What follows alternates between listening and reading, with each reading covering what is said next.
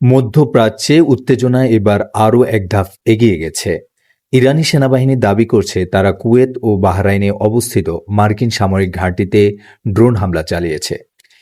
ইরানের সেনাবাহিনীর আনুষ্ঠানিক বিবৃতি অনুযায়ী কুয়েতে মার্কিন বাহিনী একটি পেট্রিয়ট ক্ষেপণাস্ত্র প্রতিরক্ষা ব্যবস্থা, একটি গোলাবারুদ ডিপো এবং রাডার সাইট লক্ষ্য করে ড্রোন হামলা চালানো হয়েছে। পাশাপাশি বাহরাইনে পৃথক একটি ড্রোন বহর দিয়ে মার্কিন বাহিনীর যোগাযোগ ব্যবস্থা ও রাডার স্থাপনাকে নিশানা করা হয়েছে বলে দাবি করেছে তেহরান।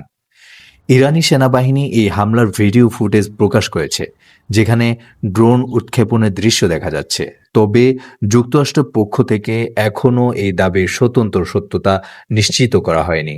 উল্লেখ্য, সাম্প্রতিক সময়ে যুক্তরাষ্ট্র ও ইরানের মধ্যে হামলা পাল্টা হামলার ধারাবাহিকতায় এই সর্বশেষ ঘটনা এমন সময় ঘটল যখন হরমুজ প্রণালী ঘিরে দুই দেশের মধ্যে উত্তেজনা তুঙ্গে।